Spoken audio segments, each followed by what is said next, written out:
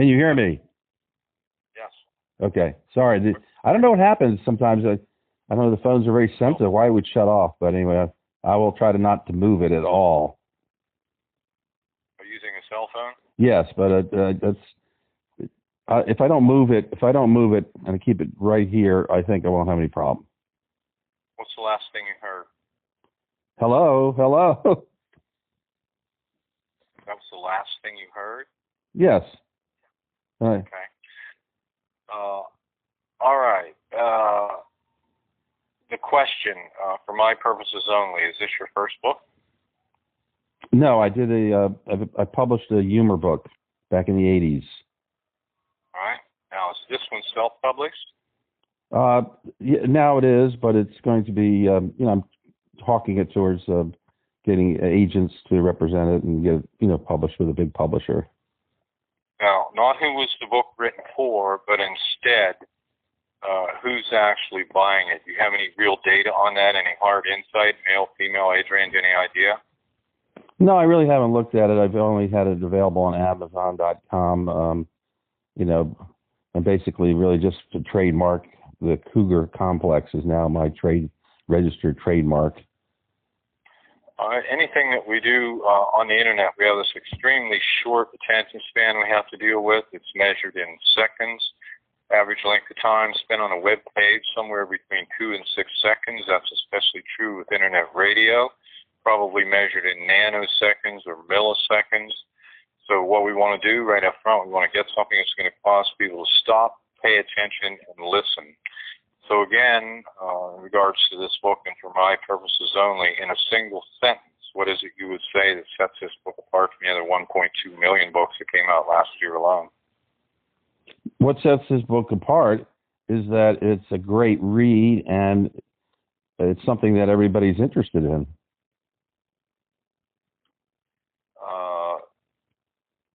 And I'll ask the question another way. Imagine, people have a hard time getting their head around 1.2 million books. Take all the books that were put out last year, put them on a shelf. If they're each an inch thick, the shelf is 30 miles long, or say a stack 30 miles high. This person who walks up to this stack of books can pick anything they want, anything at all, with a click. So they come up to this stack of books and they can have anything they want. What is the one thing that you will give them that no other book will give them? What's the hook? What's the headline? Well, the hook is just the title is so intriguing that people are very interested in sex and romance and relationships. And this is a lot of fun, and it's something that somebody's not going to see anything that's really like it next to it to compete with it. Now, your name as it is on the cover, Mike Marine? Michael Marine, yes. Michael. Hold on one moment.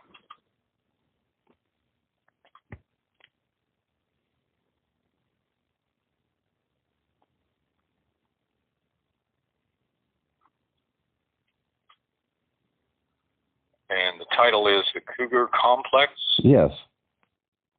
Okay, we're limited to a maximum of 15 minutes. I'll be watching your time. I don't want you to be worried about it, or be concerned about it, or even think about it. Just be aware of it.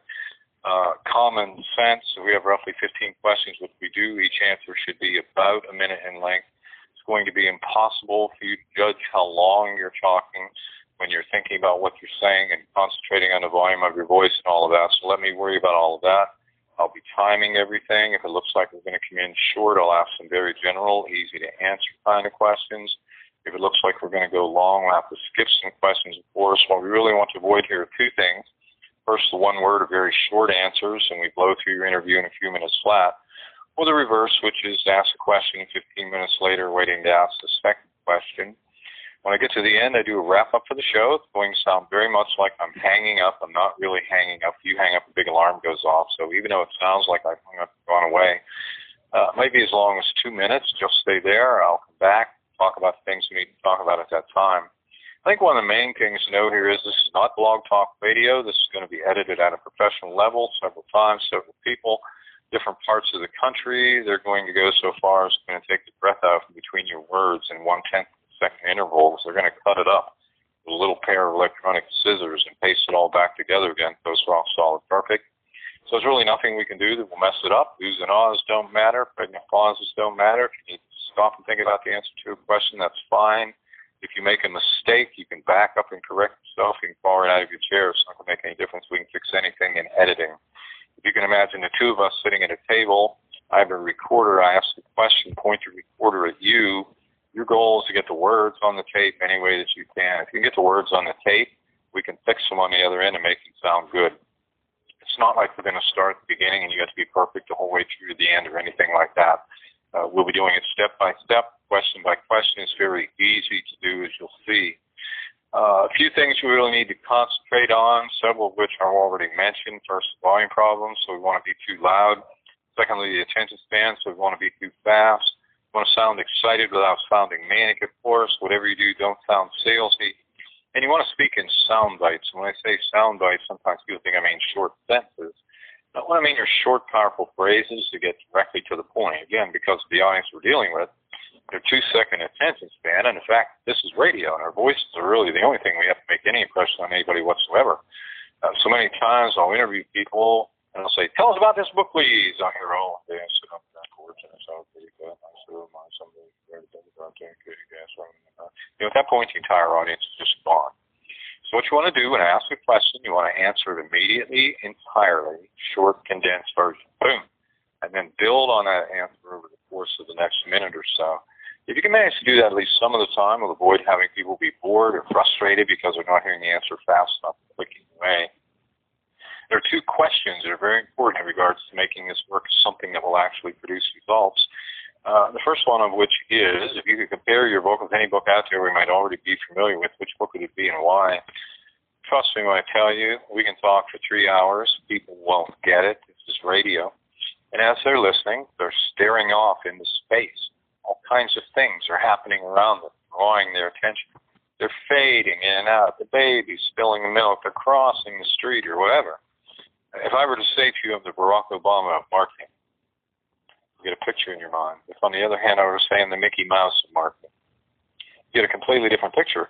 But in both cases, I've managed to communicate through wildly different approaches to a huge subject, marketing, in a single sentence by using a comparative, something you're probably already familiar with. And I've had people say all kinds of things, Harry Potter on steroids and all that kind of stuff. Not saying you're just like this thing, not saying you're better than this thing, not saying you're in the same league with this thing. What we're saying is you're in the same general vein as this thing so that people can get their heads around it very quickly, because at this point in the interview, they don't know if this is a comic book, cookbook, graphic novel, encyclopedia. They don't have a clue what it is, and they're not going to stick around long enough to find out.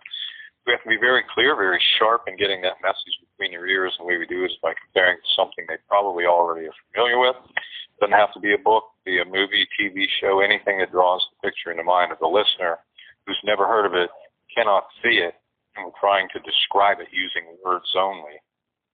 The other question, without a doubt, the most important question in the interview, we ask it twice, 2 different ways, once at the beginning, once at the end. Who did you write your book for, and who should buy your book? Whatever you do, don't say everybody or anything like that. If I say who should buy this book, and the person says everybody, I'm just going to kind of yawn because it just lumped me in with the entire human race. If, on the other hand, I say who should buy this book, and the person says, oh, it was written specifically for 50-year-old males with gray hair who live in the southeastern corner of North Carolina directly on the coast, then I'm going to sit up and take notice because it just accurately described me and how it feels as though they're talking more directly to me. So the better job you can do and the more of it you can do in regards to segmenting your target audience in response to those 2 questions, it can be by age, it can be by interest, by gender, by role, any combination of those things. Written for males between the ages of 18 and 32, like whatever, and females between the ages of 18 and 36 to do whatever, and counselors who blah, blah, blah, and educators who blah, blah, blah, and librarians who blah, blah, blah. The more of that you do, the more powerful it becomes to larger and larger groups of people. If you can imagine a pie represents your entire target audience. What you want to do is you want to slice that pie up into little tiny slices and then offer something very specific to each one of the slices that you've just created. Because the 18-year-old female is not going to have any interest in a message designed for a 50-year-old male, nor is a 50-year-old male going to have any interest in a message designed for an 18-year-old female. Different people, different wants, different needs. They buy things for different reasons. We don't want to exclude anybody. We want to include everybody as powerfully as possible. And the way we do that is by describing themselves back to themselves. And then finally, this is radio. We don't want to hear it. We don't want to think about it. But if we don't do it, we're not doing a job. If somebody's taking a time out of their day to stop what they're doing, put it down, sit down for what to them is 15 very long minutes, listen to an interview, they're trying to find out one thing. What they're trying to find out is what's in this for me. What do I get out of it? What happens when I take my credit card number out there and I take a chance of getting it stolen to buy a book? What's in this for me? They really don't care that much about you, and they certainly don't care at all about me. The only thing they care about is what's in this for me. They wouldn't be listening in the first place. So at all times, we want to be sharply aware of that, and we want to avoid as much as we can speaking from our perspective and instead speak from their perspective. We want to avoid language like I think, I feel, I know, I believe, me, I did this and I did that, because the audience doesn't care about that at all. And instead, readers will get, readers will know, readers will find, readers will come to appreciate. And the more of that kind of language you use, the more powerful the whole thing becomes. All right, any questions about any of that? No. Okay, now, I can barely, or I almost couldn't get through what I just said because I'm getting some kind of feedback loop where I'm hearing what I'm saying coming back to me 1 second later. Do you have me on a speakerphone or something? Yes. Should I take it off? Would it be better? Please. Yes. Is this better? All right. Now, go ahead and say a few sentences for me, please, so I can get a level. This is Michael Marine, the author of The Cougar Complex. Keep going. This is a book that women that enjoyed 50 Shades of Grey would enjoy, and people that like to read Chicken Soup for the Soul. All right. Have you ever spoken in public before? Yes. Did many seminars. Like an actor. What you want to do, just pretend that you're on a stage in an auditorium. I'm at the back of the auditorium. You have no microphone. How would you talk? Like an actor on a stage, what you want to do is you want to project your voice as much as possible. Like right now I'm talking to you on the phone. I'm using my phone voice. When I talk on the radio, I talk a lot more like this. I'm not yelling. What I'm doing is I'm projecting my voice out to saturate the tape with as much as I can get on it, because what's happening, and we can't hear it, but it's there. It's in the background. There's a whole bunch of noise going on. And if I'm at the right volume and you're too low, they'll have to turn you up. And when they have to turn you up, all of the noise that's there comes up along with the volume of your voice. And the end effect of that can be that when I talk, it sounds good, and then when you come in to talk, there could be this going on behind your voice. It's very distracting. People won't listen to it. The other thing I tell people, maybe that's helpful, is when you answer questions, just pretend that I'm not in the same room. I'm in the next room over, and you have the door closed. You know, if you're talking to me in the same room, we're talking like this. If I'm in the next room, you're talking like this, right? You don't want to get it to the point where it sounds unnatural or you feel uncomfortable, but just as much as you can get on the tape. So go ahead and try it again. This time project your voice. Let's see what we get. This is Michael Marine. I'm the author of The Cougar Complex. It's a book that women that enjoyed 50 Shades of Grey will enjoy, fans of The Bachelor, and couples that want to read real-life, salacious stories to help them have better sex lives.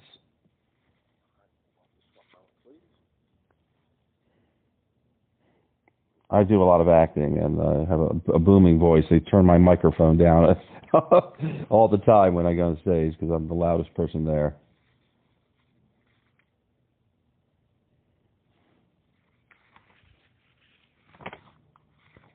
Okay, any questions?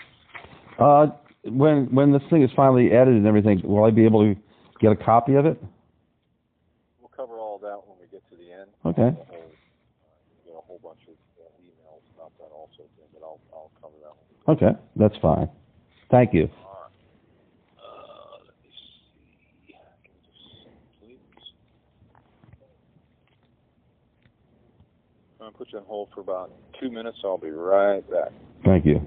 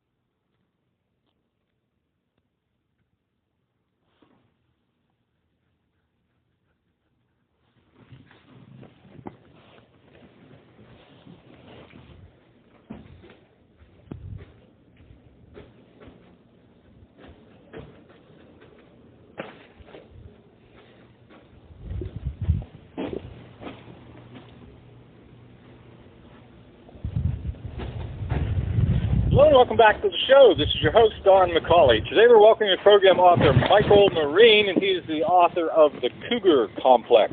Before I bring in today's guest, a quick reminder that selected interviews are available in our iPhone app, which can be downloaded in the App Store, as well as on TV on the Roku channel and Amazon Fire TV. Our app name on all platforms is simply The Author Show. Michael, how are you? I'm doing great. Thanks for having me. Tell us a little bit about yourself, please. Well, I grew up in Washington, D.C., and I went to Cornell University, got a degree in economics, I got a master's in public health at Tulane University, and I'm a father of 4 children, and I have a grandchild. So tell us about your book. Well, there's a lot to talk about. I'm very excited about this book because, this is something that's really fun to read, and it's informative, it's educational, and I learned a lot by writing this book, and I think you'll learn a lot by reading it. Okay, tell us about this book. You didn't tell us anything about it, so we'll do that one over again. Okay. Hold on just one second. Okay, the question is, tell us about this book whenever you're ready. The book, The Cougar Complex, is in 2 parts. The first part is actually a study of men who went out with older women. And this book is from the perspective of the men. I found out by doing some research about cougars, women that are going out with younger guys, that there's very little written from the perspective of the men. It's all basically from the woman's perspective. So part of the first half of this book is a study, a demographic study with many questions to see if there are any commonalities of younger men who prefer older women. And the second part, which I think is really the meat of the book, are real-life short stories of the actual real-life encounters of young men going out with older women, how they met them, what happened, and if it lasted, and what they learned from it. So who did you write your book for specifically? Who's your target audience? Well, I think the target audience really is there's mass appeal, but I think there are a lot of women that enjoyed 50 Shades of Grey because, of the salacious nature, and this would appeal to them. I think any fans of The Bachelor that enjoy romantic encounters, because this is all about romance, but this is not stage romance, this is actual romance, and it's also going to be very good for any couples that want to that enjoy real-life salacious stories, because I think it will improve their sex lives. It'll get them, excited and get their juices going, and this will be a great book for them to read. Would you say there's a minimum reading age for the book? Well, it is, I would think, 18 and older. I did have a number of younger guys, in their 20s who gave me the stories. Many of them were really actually older, most of the people, but I would say 18 to 80. Now, could you say there's any type of central message or perhaps underlying theme that you would say runs throughout your book? Well, I think that the central message is, can a relationship, a cougar relationship, when there's 10 or more years between a couple, can it actually be a long-term relationship, or is it really just a phase, or is it just something that people want to try out with an experience? So that's the theme that goes in there, is that, yes, I'm sure a lot of people have had these, but will it last? So if you had to choose, what would you say is the single most important idea you're sharing in your book that's really going to add value to the reader's life? Well, the thing is, I actually did this book because I was curious, because I wondered, why are so many women, and I was dating women in their 50s, why was every woman telling me that younger guys was hitting on them on the internet, even if they said, I don't want a younger guy. If you're young enough to be my son, don't bother me. But they would still change their age. And there wasn't any woman I ever talked to who said they weren't hit on by younger guys. And yet I knew, by being very active in the dating world and being able to attract many women and go out with many women, that younger women even 5 years younger rarely would ever contact you. So what was going on here? And I wanted to understand why so many young guys were, interested in older women. And this is pretty much was a learning experience, what I found by going through these interviews.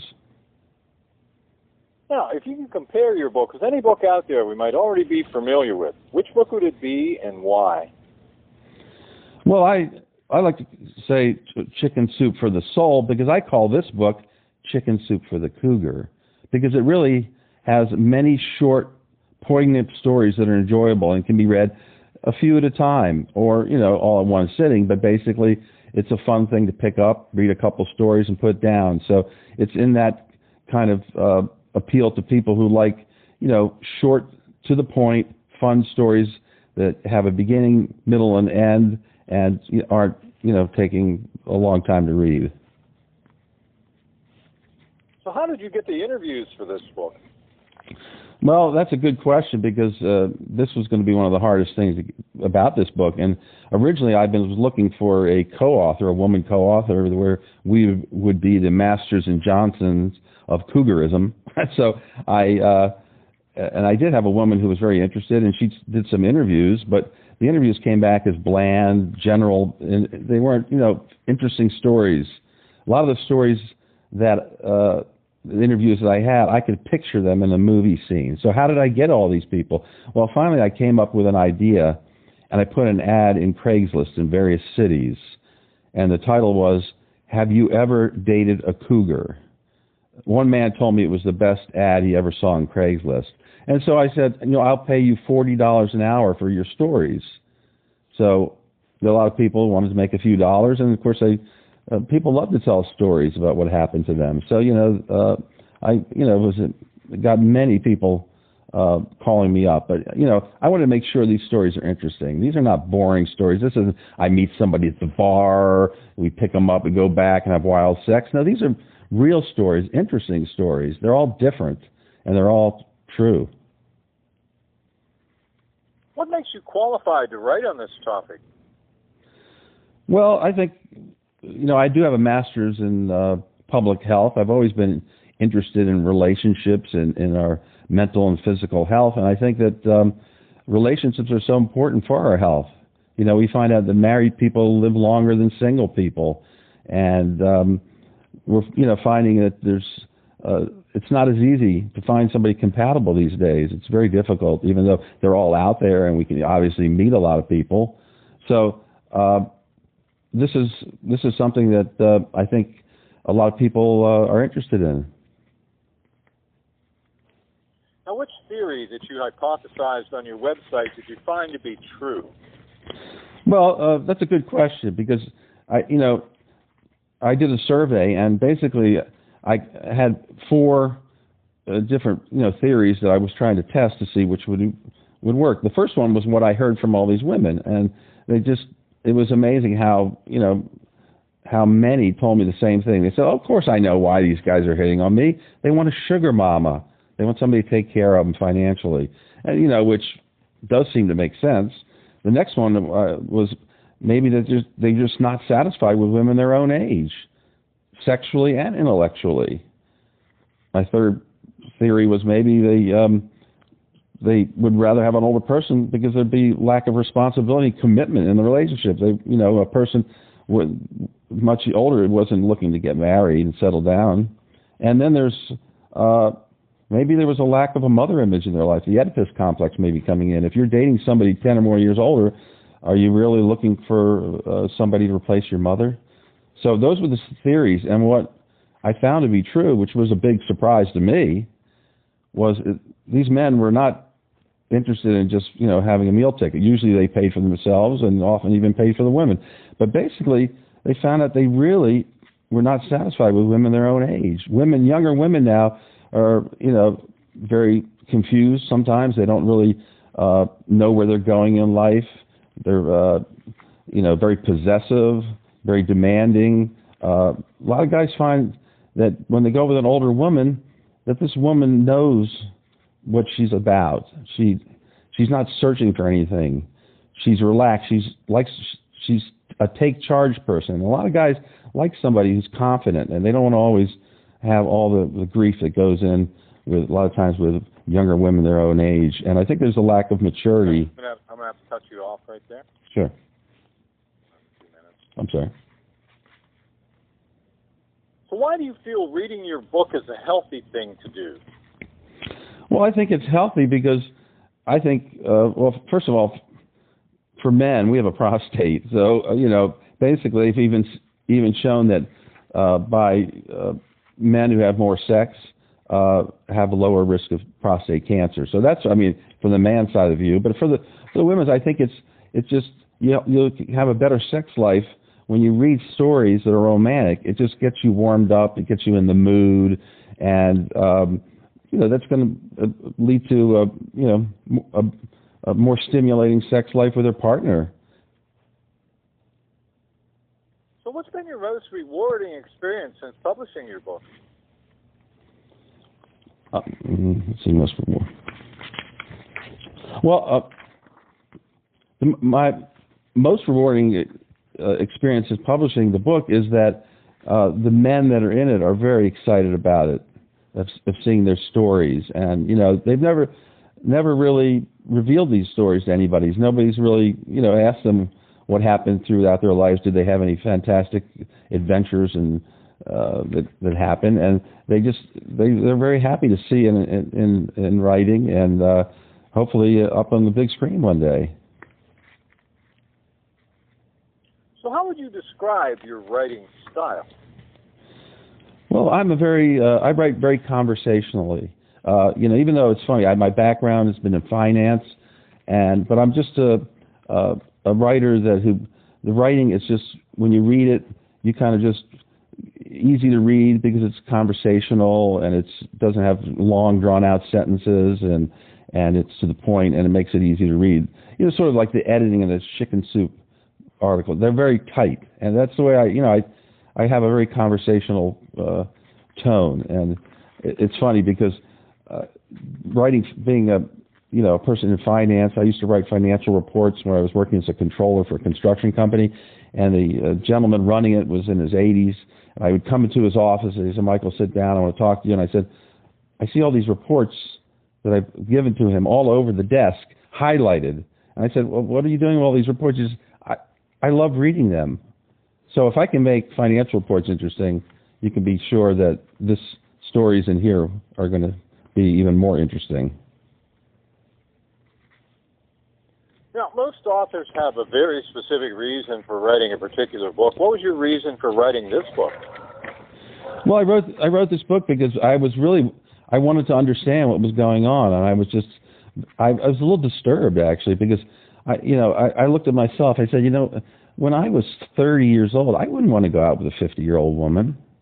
I want to go out with a 25-year-old woman. I want to get married, have kids, have a family. And women are so attractive nowadays. They just keep themselves looking much younger. And so I was scratching my head. I said, why is there so much of this going on? Because there are changes in our society. We now have the lowest birth rate in this country's ever had. People aren't getting married. They're not interested in building families, and it's really changing the demographics of our country in the future. We're going to have fewer young people and much more older people out there. So anyway, it's just and if they don't reproduce and they don't have a lot of kids, then we're going to, have less people putting money into the Social Security system, et cetera. So I was really just curious, and I couldn't find anything written on this. So that was the thing. I said, it's not a story that's been told before, but there's something happening here. And I did find out some interesting things, and you can find them out in this book. In your opinion, who should buy your book? Well, I think the people should buy this book are people that love, romantic and adventures, that love short stories, that are, that I think is a general appeal. I say to people, I said, when I'm doing a radio interview or a TV interview, and they say, we'll be right back with the author of the Cougar Complex after these words from our sponsors, they're going to be there because this is something people are interested in. Their eyes light up. Cougar. There's a TV series called related about cougars, but it really wasn't even talking about cougar relationships, Cougar Town. But I think it's something that gets their interest immediately, and I think when they pick it up and see the stories, they're going to want to read them because they're fun to read. Do you have a website? Yes, I do. It's www.cougarcomplex.com. Well, this has been just great. Our guest today has been Michael Marine, and he's the author of The Cougar Complex. Michael, thanks very much for being with us today. Thank you, Don. I appreciate you and interviewing me, and thank you so much. This is Don McCauley wrapping up another edition of the Author Show. Go out there, buy the book today, and please share this interview with your friends so that they too have the opportunity to discover our guests and their work. The Author Show can be accessed at any time at theauthorshow.com. Selected interviews can also be found on major platforms like Amazon Fire TV, the Roku channel, iHeartRadio, Spotify, Google Play, and many more. And whether you're an author who would like to be featured or a reader in search of new books to read, the Author Show is a great place to start. Check us daily as we continue to introduce wonderful authors of very interesting books on the Author Show.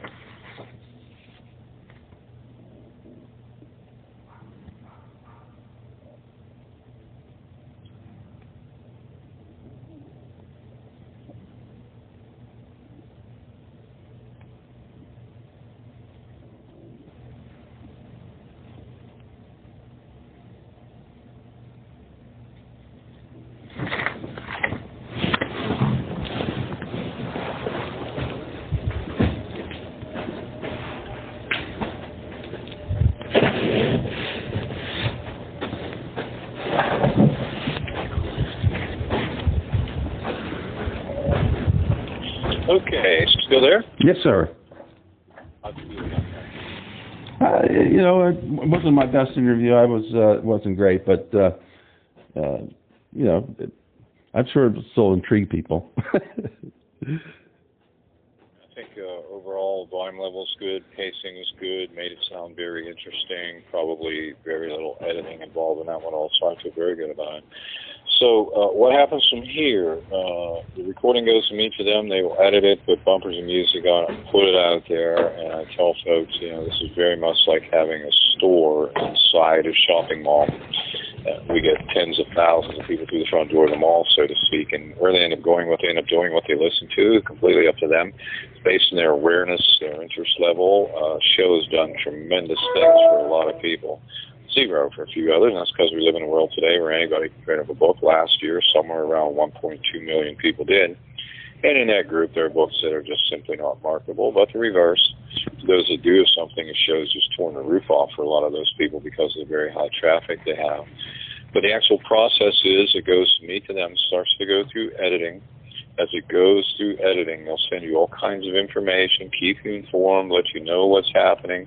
They'll send you information on how you can license a copy for your own use, put it on your website, put it on Facebook, or do whatever you want to do with it. How you can keep it on their site, take advantage of their traffic for up to 12 months, or be a featured author on their site for up to 12 months. Some of the mid-level distribution plans get it put out on 10 to 15 of the biggest podcasting distribution sites out there, which brings literally hundreds of millions of potential listeners into the mix. Higher ones get it on Amazon Fire and Roku and all kinds of different things, and all of it's ridiculously inexpensive. Then eventually it comes out of editing, goes on the show page, stays on the show page for a few days to a week, and then the show actually runs. So the best thing you do at this point is watch the show page, because today 1 out of 4 emails doesn't get delivered for whatever reason. And we have had people miss their show in the past because they didn't get the email, gigged at the server level for spam or what have you.